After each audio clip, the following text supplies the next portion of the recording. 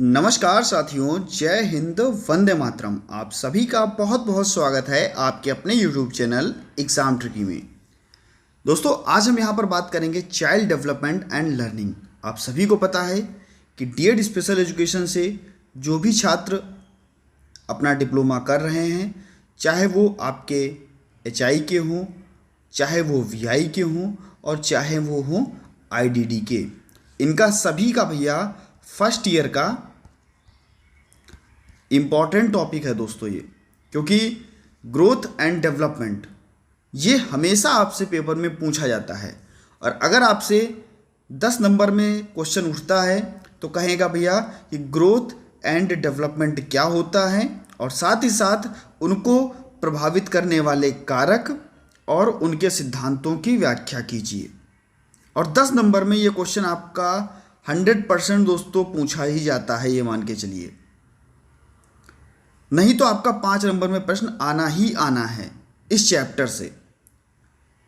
तो आपके लिए 1.1 जो थी वो अपलोड कर दी गई है, जहां पर हमने बात की थी वृद्धि और विकास के अर्थ की, और वृद्धि और विकास की परिभाषाएं क्या क्या हैं, इस पर हम लोगों ने बात कर ली थी। आज हम बात करेंगे कि आखिरकार विकास को प्रभावित करने वाले कारक कौन कौन से हैं और विकास के सिद्धांत कौन कौन से हैं। तो दोस्तों, शुरू करने से पहले मैं बताना चाहूँगा, जितने भी हमारे भाई बहन यहाँ पर जुड़े हुए हैं अपने एग्जाम ट्रिकी परिवार से, एक बार अपने सभी मित्रों तक वीडियो को ज़रूर शेयर कर दीजिएगा, क्योंकि अपना परिवार ज़्यादा से ज़्यादा बड़ा होना चाहिए और ज़्यादा से ज़्यादा लोग इस परिवार से जुड़े होने चाहिए। अगर हम बात करते हैं सिद्धांतों की, यानी कि आपके विकास के सिद्धांत की, या हम अगर बात कर लें कि विकास को प्रभावित करने वाले कारक कौन कौन से हैं, तो आप सभी को पता होगा। अगर आपने चीज़ों को पढ़ लिया होगा तो आपको पता होगा कि विकास जो है, अगर आपने यूनिट 1.1 पढ़ा है तो वहाँ पर बात हुई थी कि एक जीवन पर्यंत चलता रहता है। बात वहाँ पर यह भी हुई कि जो भी आपका विकास है उसके जो पहलू हैं, चाहे वो शारीरिक हो, मानसिक हो, संवेगात्मक हो, इन सभी चीज़ों से हो करके विकास गुजर रहा है। और विकास का जो संबंध है वो वातावरण से भी और वंशानुक्रम से भी पड़ता है। तो इन्हीं चीज़ों पर डिटेल में हम यहाँ पर बात करेंगे। जैसे आपका देखने को मिल रहा है विकास के सिद्धांत, और विकास के सिद्धांत में आपका पहला सिद्धांत है विकास की दिशा का सिद्धांत। पहला सिद्धांत है विकास की दिशा का सिद्धांत। कह रहा है कि जब बच्चा मां की गर्भावस्था में होता है तो हम कह सकते हैं कि बच्चे के सिर का विकास जो है वो सबसे पहले होता है, और उसके बाद में भैया उसके अन्य अंगों का विकास होता है। यानी कि विकास जो है वो सिर से पैर की तरफ होता है या सिरापुच्छी होता है, जिसके अनुसार पहले बालकों के सिर के बाद में उसके आगे के और नीचे के जो भी अंग हैं उनका विकास होता है। पहले बच्चे का सिर का निर्माण, उसके बाद में धीरे धीरे उसके जो भी अंग हैं उनका निर्माण होगा, और लास्ट में भैया क्या होगा, उसके पैरों का निर्माण होगा। तो ये कहता है विकास का पहला सिद्धांत आपका। दूसरा सिद्धांत कहता है भैया विकास निरंतरता का सिद्धांत। यानी कि आपको बताया मैंने पहली ही लाइन में कि विकास एक निरंतर चलने वाली प्रक्रिया है। कोई ये नहीं कहता कि विकास एकदम हो गया, यानी कि बच्चा कल शाम को सोया और सुबह बस उठा, बस जान जो उसका विकास हो गया, ऐसा कुछ नहीं है। अगर बच्चे में कोई भी शारीरिक परिवर्तन, कोई भी मानसिक परिवर्तन आए हुए हैं जिनमें बच्चे का विकास हुआ है, तो वो धीरे धीरे चीज़ों को देखते हुए, सुनते हुए, चीज़ों की तीव्रता जो है उसके अनुसार हुआ है। हाँ, ये हो सकता है कि कोई कभी कभी क्या होता है कि बच्चा बहुत ही जल्दी से सीख लेता है, तीव्र सीख लेता है, और कभी कभी क्या होता है उसका विकास धीमी गति से होता है। ऐसे हम कहते हैं कि जो हमारी बालिकाएं होती हैं, जो हमारी गर्ल्स होती हैं, उनका विकास बॉयज़ की अपेक्षा जल्दी होता है। तो कभी विकास तेज होता है तो कभी विकास धीमे होता है, लेकिन विकास जो है एक निरंतर चलने वाली प्रक्रिया है। कॉन्टिन्यूअस विकास जो है वो चलता रहता है। नेक्स्ट हम बात कर लेते हैं व्यक्तिगत भिन्नता का सिद्धांत। व्यक्तिगत भिन्नता के बारे में भी आपको बताया गया, कहा गया कि प्रत्येक बच्चा चाहे वो एक ही माँ बाप के हों, चाहे वो जुड़वा ही बच्चे क्यों ना हों। देखते हम लोग जुड़वा बच्चे हैं तो कहते भाई एक साथ जुड़वा बच्चे पैदा हुए हैं तो इनकी जो सारी चीज़ें हैं वो एक साथ ही चलेंगी, चाहे इनका विकास हो चाहे वो वृद्धि हो।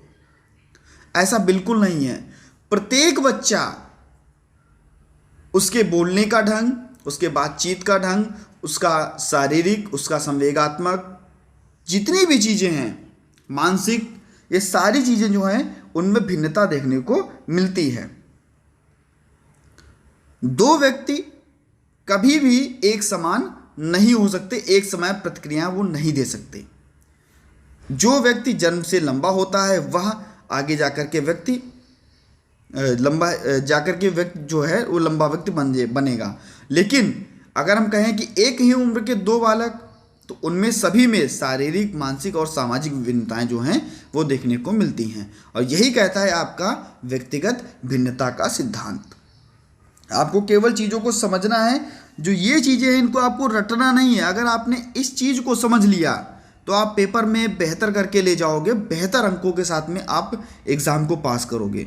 और आपको पता है कि आपका एग्ज़ाम कितने नंबर का, तो 45 नंबर का, और उसमें से आपको 18 नंबर लाने होते हैं। 45 में से 18 तो आपका पास माना जाएगा, नहीं तो भैया क्या लगती है, बैक लगती है। और इस बैक को बचाने के लिए ही दोस्तों आपको ये सारी वीडियोस अपलोड की जा रही हैं कि आप लोग बैक से बचें। और इतनी मेहनत अगर हो रही है आप लोगों के लिए, आपको चीज़ें प्रोवाइड कराई जा रही हैं, तो आपका भी पूरा उत्तरदायित्व तो बनता है कि ज़्यादा से ज़्यादा लोगों तक अपना इस चैनल को शेयर करें। और अगर चैनल पर नए थे चैनल को सब्सक्राइब करें, और अगर वीडियो अच्छी लगे तो लाइक करना ना भूलें। कह रहा है कि विकास क्रम का सिद्धांत। विकास क्रम के सिद्धांत में क्या होता है कि देखिए, जो विकास होता है एक निश्चित क्रम में होता है। ऐसा थोड़ी ना है, मैंने अभी आपको पहले ही बताया था कि सबसे पहले क्या, बच्चे के सिर का विकास, उसके बाद में उसके अन्य अंगों का विकास, वो भी क्रम के अनुसार। ऐसा नहीं कि पहले बच्चे के पैर का विकास हो गया, फिर सिर का विकास हो रहा है, फिर क्या हुआ उसके हाथ बन गए, फिर उसका दिल बन रहा है। ये सारी चीजें नहीं है। विकास जो है एक क्रम के अनुसार होता है, अर्थात बालक बोलने से पूर्व अन्य व्यक्तियों के इशारे को समझना, उसकी प्रतिक्रियाएं करता है। और उदाहरण है कि बालक अपने स्मृति स्तर में सीखता है और बोध स्तर में फिर अंतःक्रिया करता है, यानी कि स्मृति स्तर में सीखता है। देखते हैं हम लोग, अगर हम बात करें जो छोटे बच्चे होते हैं 1 से 3 वर्ष के बच्चे, तो उनमें जो अनुकरण करने की क्षमता होती है, उनमें जो सीखने की क्षमता होती है, उनमें जो लर्निंग प्रोसेस होती है वो कैसे होती है। वो बच्चे जब अपने माता पिता के साथ में अपने परिवार में रहते हैं और उनको बोलते हुए देखते हैं, तो वो भी धीरे धीरे बोलने का प्रयास करते हैं। बोलने में सबसे पहले आप सभी को पता है कि बच्चा बैबलिंग करता है, वो अपनी आवाज़ों को बा बा बा बा करके सुनता है और उसको वो अच्छा भी लगता है। उसके बाद में वो धीरे धीरे माँ, मामा, कहाँ जा रहे हो, ये सारी चीज़ें एक स्तर के अनुसार ही सीखता है। ऐसा थोड़ी ना है कि बच्चे ने पहले कह दिया, बोल दिया मामा आप कहाँ जा रहे हो, फिर उसके बाद में बच्चा कह रहा है नहीं माँ, नहीं बैबलिंग कर रहा है। तो ये सारी चीज़ें नहीं है। बच्चा अगर सीख रहा है, बच्चे का अगर विकास हो रहा है, तो एक निश्चित क्रम में ही उसका विकास होगा। इसी के साथ दोस्तों नेक्स्ट पॉइंट है आपका परस्पर संबंध का सिद्धांत। परस्पर संबंध का सिद्धांत क्या कहता है, बालक के शारीरिक, मानसिक और संवेगात्मक पक्ष विकास के में एक प्रकार का संबंध होता है, अर्थात शारीरिक विकास के साथ साथ उनके मानसिक विकास में भी वृद्धि होती है। जैसे जैसे उसका मानसिक विकास होता है वैसे वैसे वह मानसिक क्रिया को, जो क्रिया है उसमें परिवर्तन करने लगता है। यानी कि कह सकते हैं कि देखिए, जितने भी चीज़ें हैं वो एक दूसरे से संबंधित होती हैं। बच्चे का अगर शारीरिक विकास अच्छा होगा तो जाहिर सी बात है उसका मानसिक विकास भी अच्छा होगा, क्योंकि अगर कहते हैं ना कि एक बहुत ही अच्छी लाइन है दोस्तों, और मैं हर बार रिपीट करता हूँ उस लाइन को क्योंकि वो इतनी अच्छी ही है। कहा जाता है कि स्वस्थ मनुष्य, और स्वस्थ मनुष्य में क्या होता है, स्वस्थ मस्तिष्क निवास करता है। अगर मनुष्य स्वस्थ है तो उसका शारीरिक विकास अच्छा होगा, और अगर शारीरिक विकास अच्छा होगा तो क्या होगा, उसका मानसिक विकास भी अच्छा होगा। आशा है दोस्तों आप लोग समझ गए होंगे। अब कह रहा है सामान प्रतिमान का सिद्धांत। कहते हैं कि इस सिद्धांत के अनुसार व्यक्ति का विकास विशेष जाति के आधार पर होता है, जैसे व्यक्ति या पशुओं का विकास अपनी अपनी विशेषताओं के अनुसार होता है। देखिए, जो पशु हैं उनका विकास उनके अनुसार होगा, जो व्यक्ति हैं उनका विकास उनके अनुसार होगा। हम लोग देखते हैं कि हमारे भारत में विभिन्न प्रकार की जनजातियां रहती हैं, और हम उनको देखते हैं कि भैया किसी का जो शरीर होता है वो काफ़ी छोटा होता है, यानी कि कद बहुत छोटा होता है, तो किसी का कद क्या होता है, बहुत बड़ा होता है। तो इनमें भी परिवर्तन देखने को मिलता है। यही होता है समान प्रतिमान का सिद्धांत। नेक्स्ट हम बात करते हैं वंशानुक्रम सिद्धांत। अब ये भी कहते हैं कि अगर हो सकता है कि हमको वंश से जो भी चीज़ें मिल रही, हेरिडिटी से जो भी चीज़ें हमको मिल रही हैं, मान लीजिए कि कोई भी बच्चा है, उसको वंशानुक्रम मिला कि दादा दादी के बाल नहीं थे, उनसे माता पिता को क्या हुआ, जो उनके पिताजी थे उनके बाल बहुत कम हुए, और धीरे धीरे क्या हुआ कि बच्चे के भी बाल बहुत कम होने शुरू हो गए। या आँखों का देखना, और कह सकते हैं कि शक्ल, ये काफ़ी चीज़ें जो हैं वो हमको कहाँ से मिलती हैं, हमारे पूर्वजों से हमें मिलती हैं। और ये भी कहा जाता है कि एक जो माता पिता है और बुद्धिमान है तो उनका बच्चा भी बुद्धिमान होता है। ये कहाँ से आता है, ये आपका वंशानुक्रम से आता है। नेक्स्ट हम बात करते हैं जो गुण बालक के दादा दादी में होते हैं वही गुण शिशुओं में भी हो जाते हैं, यानी कि माता पिता दादा दादी में होते हैं, पिता और दादा में होते हैं, वही गुण जो है उनके शिशुओं में भी हो जाते हैं। वो हमको वंशानुक्रम से चीज़ें आती हैं। अगर जैसे हम उनके वंश में सभी की लंबाई ज़्यादा होती है तो बच्चा भी लंबा होता है, ऐसा माना जाता है। तो दोस्तों नेक्स्ट है आपका पर्यावरण सिद्धांत। उसके बाद में हम इसको प्रभावित करने वाले कारकों पर पढ़ेंगे, यानी कि विकास को कौन कौन से ऐसे कारक हैं जो प्रभावित करते हैं। तो पर्यावरणीय सिद्धांत में क्या होता है, देखिए हमेशा इस चीज़ को ध्यान रखा जाता है कि चाहे वो आपका पर्यावरण हो, चाहे वो आपका वंशानुक्रम हो, चाहे वो आपका क्या हो, वंशानुक्रम हो, ये दोनों चीज़ें, हमारे आसपास का वातावरण, हमारे आसपास का पर्यावरण, हमारे आसपास के लोग कैसे बात कर रहे हैं, कैसे बोल रहे हैं, किस प्रकार से वहाँ का वातावरण है, ये सारी चीज़ें जो हैं वो विकास को प्रभावित करती हैं। हम देखते हैं कि अगर बच्चा चोर बाजार में रह रहा है तो क्या चोरी तो करना सीखेगा, और अगर बच्चा जिसके यहाँ पर भैया आसपास बहुत अच्छे IAS PCS हैं, या कह सकते हैं बहुत सारे शिक्षक हैं, तो जैसा समाज वैसा बच्चा, यानी कि जैसा पर्यावरण वैसा बच्चा, क्योंकि बच्चा एक कोरी स्लेट होता है, और शिक्षक का काम क्या होता है, समाज का काम क्या होता है, उस पर बेहतर चीज़ों को लिखना, अपने अनुसार उसको ढालना। तो यहाँ पर दोस्तों आपके जो सिद्धांत थे वो समाप्त होते हैं। अब हम बात करते हैं विकास को प्रभावित करने वाले कारक। कौन कौन से कारक हैं जो विकास को प्रभावित करते हैं। अभी मैंने आपको बताया था वंशानुक्रम के बारे में, और वंशानुक्रम की जब भी बात होती है तो मैंने आपको बताया कि कोई भी बच्चा हो, कोई भी बच्ची हो, उनमें क्रोमोसोम, DNA, RNA, बच्चे की आँखें, त्वचा, बच्चों का बालों का रंग, बच्चों के बाल, ये सभी चीज़ें जो हैं, यह इसका भी एक समय निश्चित होता है, और ये सभी हमको कहाँ से मिलते हैं, वंशानुक्रम के दौरान मिलते हैं। वंशानुक्रम के दौरान मानसिक योग्यता तथा गुण प्राप्त होता है जिन्हें वातावरण द्वारा परिवर्तन नहीं किया जा सकता। यानी कि जो भी गुण और जो भी मानसिक योग्यता, IQ लेवल हमें प्राप्त हुआ है, उसको वातावरण के द्वारा परिवर्तन नहीं किया जा सकता। हाँ, उसको डाइवर्ट किया जा सकता है, लेकिन कह दो कि किसी का भैया मानसिक योग्यता, मान लिया IQ टेस्ट हुआ, और IQ टेस्ट में अगर उसका 140 IQ निकला, या हम कह सकते हैं भैया वो सामान्य बच्चा है, ठीक है, 90 से 110 निकला, तो हम क्या करेंगे, क्या उसके हम IQ को परिवर्तित कर सकेंगे? नहीं, उसमें जो भी परिवर्तन है उसके हम व्यवहार में ला सकेंगे, उस परिवर्तन को हम डाइवर्ट कर सकेंगे, लेकिन उसमें हम कमी नहीं कर सकते, ठीक है। आगे हम बात करते हैं, वास्तव में कोई भी व्यक्ति उससे अधिक विकास नहीं कर सकता जितना उसका वंशानुक्रम उसको अनुमति संभव करता है, परंतु विभिन्न वंशानुक्रम विशेषताओं के अनुसार पर्यावरण द्वारा इसको समर्थन की भी आवश्यकता होती है। यानी कि पर्यावरण का भी एक महत्वपूर्ण रोल होता है इन सभी चीज़ों में। हमको वंशानुक्रम चीज़ें तो मिल रही हैं, लेकिन जैसा हमारा एनवायरनमेंट है, जैसा हमारा पर्यावरण है, उसके अनुसार ही कार्य करेंगे। बात करते हैं पर्यावरणीय कारकों की। इसमें आपका पहला है जन्म से पूर्व परिवेश की परिस्थितियाँ। अब जन्म से पूर्व तो बात होती है भैया माँ की।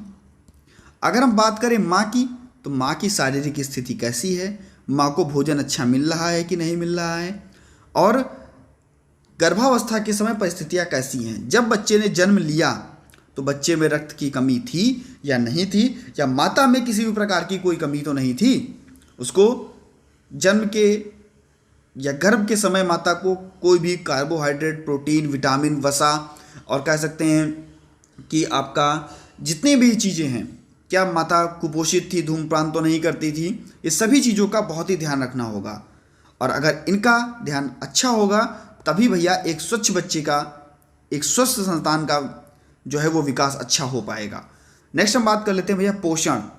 यानी कि अभी बात किया गया पोषण पे, और आपको पता है कि जब महिलाएं जो होती हैं वो गर्भावस्था में होती हैं तो उनको सारे पोषण दिए जाते हैं पुष्टाहार के रूप में, उनको दलिया, और कह सकते हैं कि भैया जो भी उनमें कमियां हैं, चाहे वो कैल्शियम हो, विटामिन्स हो, इन सभी चीज़ों को दिया जाता है, साथ ही साथ रासायनिक पदार्थ। और क्योंकि जब हम एक अच्छा पोषण देंगे माता को तो क्या होगा, माता को, या हम कह सकते हैं कि बच्चे ने जन्म ले लिया, उस बच्चे को भी अगर हम अच्छे से पोषण देंगे तभी बच्चा और माँ दोनों दोस्तों अच्छे से हो पाएंगे, और यही एक पर्यावरण कारक होता है। नेक्स्ट हम बात करते हैं शारीरिक विकार और रोग। अब भैया जाहिर सी बात है, अगर किसी भी प्रकार का बच्चे को शारीरिक विकार है या किसी प्रकार का रोग है तो वो हताश होगा, और जो भी उसकी चुनौतियां हैं, जो भी उसको रुकावटें आ रही हैं उसके शारीरिक विकास में, उनको वो पूर्ण नहीं कर पाएगा। तो उसमें क्या करना है, उसमें बच्चे को आगे बढ़ाना है, उनका जो रोग है, जो दोष है, उनको कम करना है। ये भी एक कारण होता है विकास को प्रभावित करने वाला। उदाहरण के लिए दृष्टिबाधित बच्चों के लिए परिवार, समुदाय और विद्यालय में समायोजन जटिल होता है। नेक्स्ट हम बात करते हैं बुद्धि। अरे बुद्धि भी तो विकास को प्रभावित करती है।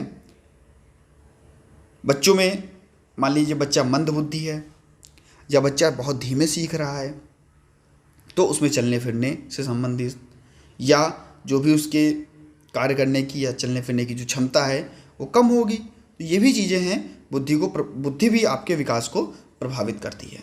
ठीक है। नेक्स्ट हम बात करते हैं अंतःस्रावी ग्रंथियाँ। अंतःस्रावी ग्रंथियाँ यानी कि व्यक्ति के शरीर के अंदर अंतःस्रावी ग्रंथियाँ कार्यरत होती हैं, और इनमें क्या होता है, ये भी विकास को प्रभावित करती हैं, जिसमें थायरॉक्सिन जो स्राव होता है बच्चों में होता है, इसमें क्या होता है, मानसिक विकास की तीव्र गति जो होती है वो धीमी हो जाती है। अगर थायरॉक्सिन का स्राव होगा तो क्या होगा, जो मानसिक विकास की गति है वो धीमी हो जाएगी।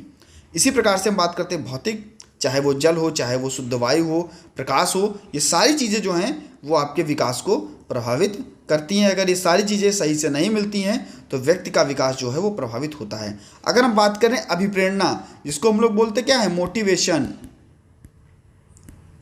क्या बोलते हैं, मोटिवेशन, अभिप्रेरणा। तो भैया सीधी सी बात है, बच्चा अगर किसी भी कार्य को करने के लिए प्रेरित नहीं होगा तो बच्चा उस कार्य को अच्छे से नहीं करेगा, और अच्छे से नहीं करेगा तो कोई ना कोई तो कारण होगा, हो सकता हो कि उस कार्य को करने में बच्चा कठिनाई दिखा रहा हो, इसलिए उस कार्य को ना कर रहा हो। तो क्या है, हमें उस बच्चे के उस कारण को जानने की आवश्यकता। शारीरिक विकास, अच्छा खान पान, स्वस्थ जीवन, इन सब में गति प्रदान करना है, और बच्चे को शैक्षिक पदोन्नति और उनको आगे बढ़ने के लिए अभिप्रेरित करना है, मोटिवेशन देना है, उनको मोटिवेट करना है। जैसे मैं आपको बताता हूँ कि भैया आप अच्छे से पढ़ लीजिए, अच्छे से नंबर आप ले आओगे तो आपका क्या होगा, मार्कशीट अच्छी लगती है। और साथ ही साथ अगर आप यहाँ पर बेहतर तैयारी कर रहे हो तो आप उन बच्चों के साथ में भी बेहतर तैयारी कर पाओगे जिनको आप कल पढ़ाने के लिए जाओगे, क्योंकि आपको बनना है टीचर। और टीचर अगर आपको बनना है तो टीचर बनने के लिए आपको उन सभी चीज़ों को सीखना पड़ेगा जो आपको इन 2 वर्षों के अनुसार कराई जा रही हैं, चाहे वो आपका प्रैक्टिकल वर्क हो, चाहे आपका थ्योरी का वर्क हो। प्रैक्टिकल में भी अगर आप चीज़ों को सीख रहे हो तो ही आप बेहतर कर सकते हो, अदरवाइज आप यही कहोगे सर हमको गवर्नमेंट जॉब नहीं मिल रही। और अगर आपको बेहतर पढ़ाना है, एक अच्छा शिक्षक बनना है, तो आपको बेहतर तरीके से तैयारी करनी होगी। आप कैसे आईपी बनाई जाती है, कैसे लेसन प्लान किया जाता है, कैसे बच्चे को देख करके हम जान सकते हैं कि क्या उसमें कमियां हो सकती हैं, इन सभी चीज़ों का विशेष ध्यान रखा जाता है। और साथ ही साथ आप इन चीज़ों को तभी सीख पाओगे जब आप पर डे क्लास करने के लिए जाओगे। अगर आप कहते हो सर हम ऐसे ही सीख करके पास होना केवल आपका अगर उद्देश्य है, तो आप पास होकर के कुछ नहीं कर सकते, केवल एक गवर्नमेंट जॉब की ही तैयारी कर पाओगे। और गवर्नमेंट का कोई भरोसा नहीं भैया कि कब आपको जॉब दे, तब तक आप लोग क्या बैठे रहोगे, और समय निकलता जाएगा। समय बड़ा बलवान है भैया, इसीलिए क्या करना है आपको, अच्छे से तैयारी करनी है। और जो भी प्रैक्टिकल वर्क आपके कॉलेज में आपको कराया जाए उसको बेहतर ढंग से कीजिए। जितना बेहतर आप प्रैक्टिकल वर्क करेंगे, आपको थ्योरी पढ़ने की आवश्यकता ही नहीं पड़ेगी अगर आपने प्रैक्टिकल वर्क अच्छे से कर लिया तो। हम बात करते हैं दोस्तों इस लास्ट कारक की, कह रहा है परिवार और की सामाजिक और आर्थिक स्थिति। कह रहा है व्यक्ति के शारीरिक और मानसिक विकास में परिवार की सामाजिक और आर्थिक स्थिति पर भी गहरा प्रभाव पड़ता है। संपन्न परिवार जो होता है वो बच्चों को अच्छे से पालन पोषण कर लेता है, लेकिन अगर आर्थिक रूप से कमज़ोर जो भी कह सकते हैं समाज है या हमारा परिवार है, तो वहाँ पर बच्चे को जो चीज़ें हैं वो कम मिल पाती है, उनका पालन पोषण कम हो पाता है, तो इसका भी प्रभाव पड़ता है आपके विकास पर। तो दोस्तों कैसा लगा आपको ये वीडियो? अगर अच्छा लगा हो तो भैया एक बार वीडियो को ज़रूर शेयर कर दीजिएगा। आप सभी ने वीडियो को देखा, वॉच किया, आप सभी का बहुत बहुत धन्यवाद। मिलता हूँ नेक्स्ट वीडियो में नई जानकारी के साथ। बने रहिएगा आपके अपने चैनल एग्जाम ट्रिकी पर। धन्यवाद।